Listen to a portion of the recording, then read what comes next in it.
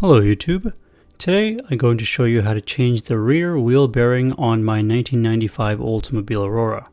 This is the original wheel bearing on this 31-year-old Oldsmobile Aurora, which is quite amazing, and honestly it goes to show how well things were made back then. For this project you're going to need a new wheel bearing, which I ordered off Rock Auto, link in the description. You're going to need a jack, power tool to remove bolts, a socket set with ratchet, pliers, WD-40, a oil drain pan, DOT 3 brake fluid, breaker bar, torque wrench, sanding paper, ceramic silicone, and finally a lot of patience. Start off by jacking up the vehicle and removing the tire. My right rear wheel bearing is the one that needs replacing, so that's what we'll be working on today. I usually put the wheel under the vehicle just for an extra safety measure. So now we have that out of the way, we got to remove the caliper here. So the caliper is held up by this 12mm bolt here. So spray some WD-40 on it and let it soak for a bit, and let's remove it. So it is right there. That's the 12mm bolt that we got to remove. There's no bolt on the top. Once you remove the bottom bolt, the top section will just slide out. So I'm just going to fast forward as I quickly loosen and take off this 12mm here. Another tip I have here is it's best to get everything done while it's open like this, like the rotors and brakes. So if you're doing this job, make sure to get that done as well. So after that, we need to remove the brake fluid line, which is held up by one 7/16 bolt, and make sure to have an oil catch pan ready, as the brake fluid will start to drip the moment you start loosening it like this. So after it's fully loose, you can kind of open up the brake caliper to reveal the brakes, and kind of just move it out of the way slowly as shown.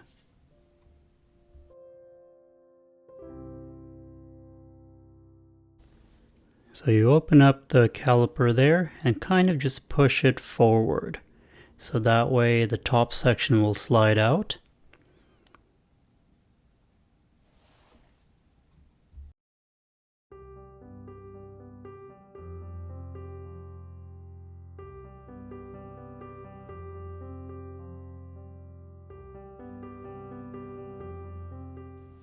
I'm using an old paint tray as my oil catch pan here. As you can see, there's already fluid dripping. And once that's set, you can take off the brake pads as we're doing right now.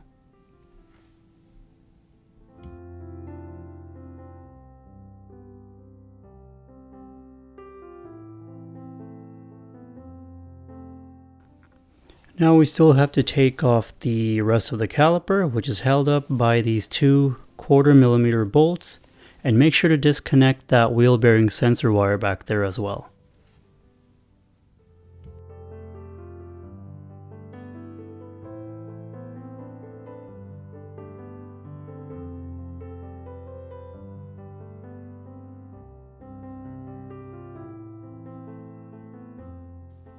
You might need to use a breaker bar here, as the bolts may be very rusty.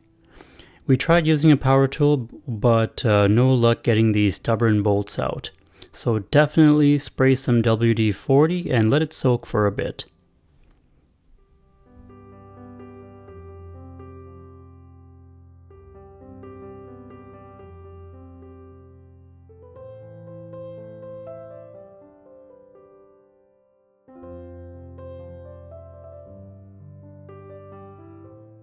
It took us about 30 minutes just to get these two bolts out, which was insane. In a normal car, that wouldn't be the case. But this being 31 years old and with low mileage, most likely this has never been opened before. So that's why it was just baked in there, and it really took some elbow grease just to take those two bolts out. I'm sure if you had a powerful tool, this would have been a very easier job, but we had to work with what we have, and most power tools wouldn't be able to fit back here. So we're lucky where we had a small impact here that honestly it got the job done.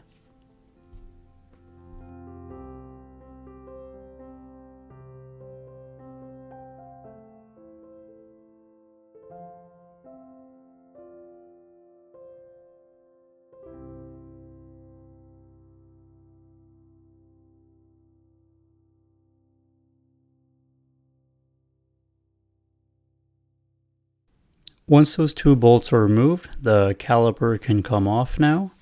And after that, you can use a small hammer with a softer head to kind of bang out the rotor here. But definitely spray some WD-40 and gently just bang on the rotor so it can just slide out. Make sure you're wearing some ear protection as it can be very loud. Once the rotor is off, there are 4 13mm bolts holding the wheel bearing here. So let's take it out. A power tool didn't work as we expected, so we really soaked up the bolts with WD-40, and then we used the breaker bar here and then kind of loosened it up. Then we used the power tool. So it depends on how crusty your wheel bearing bolts are, but ours was pretty bad.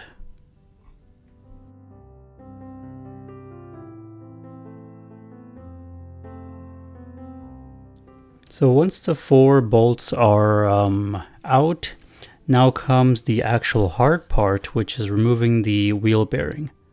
It took us over an hour just to take this wheel bearing off because first of all, it was the original bearing, so that's 31 years of rust and crust baked on here.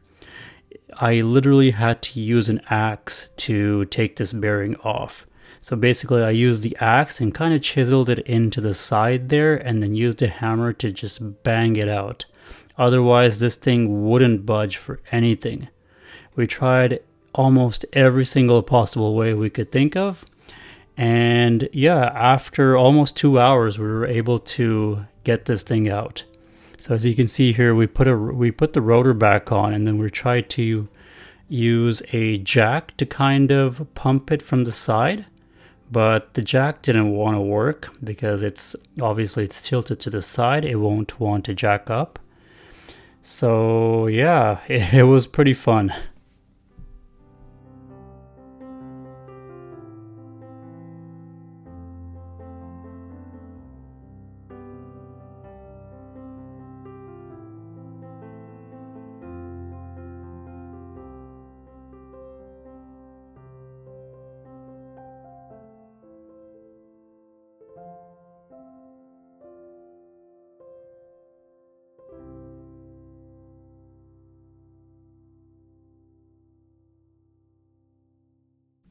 So finally we were able to get it out, as you can see here.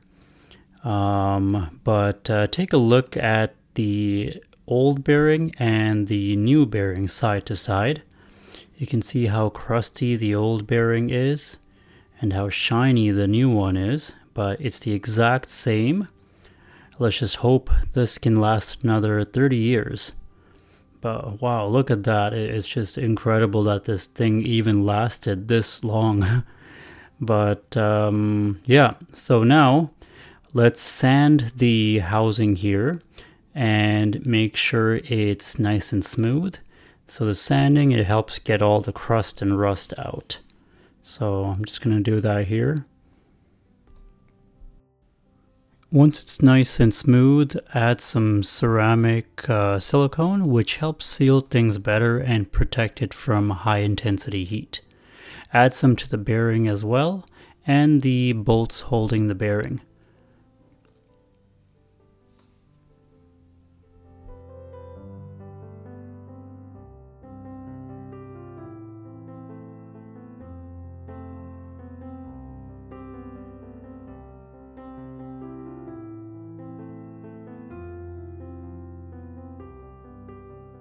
So now you can put the bolts back, holding the wheel bearing in place, and torque it to 60 foot-pounds.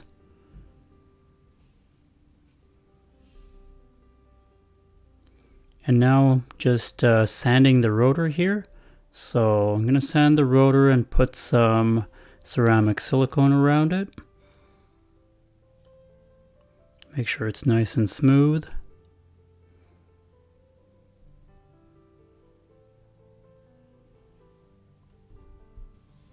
I'm also sanding the caliper bracket as well, and make sure it's nice and smooth.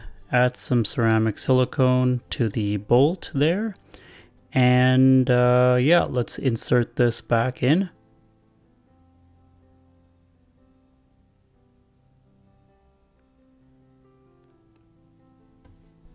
Make sure to plug in the sensor to the new wheel bearing.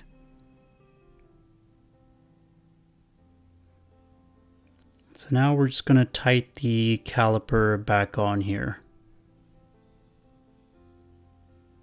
This time it's a lot more smoother. Use the torque wrench to tighten it to 60 pound-feet.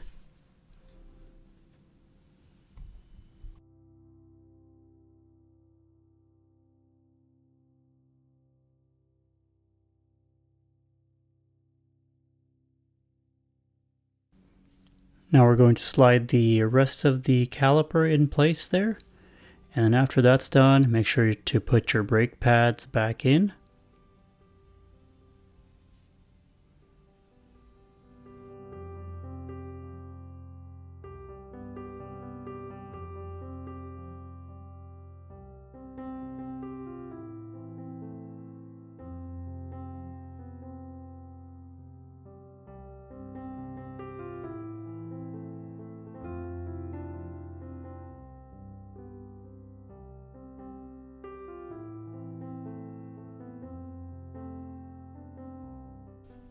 So now we have the caliper in place. I'm just going to close this up, and then we still have one more bolt holding or securing the caliper in place. So I'm just going to put some silicone on to that bolt and then just install it there, and then I'm just tightening it right now. And then after that we have to tighten or put back the brake fluid hose. So we'll do that, and after that we'll do a little bit of a bleeding for the brake lines, and then that's going to be pretty much it. As you can see, we lost a lot of brake fluid, and this is without even starting the brake bleed process.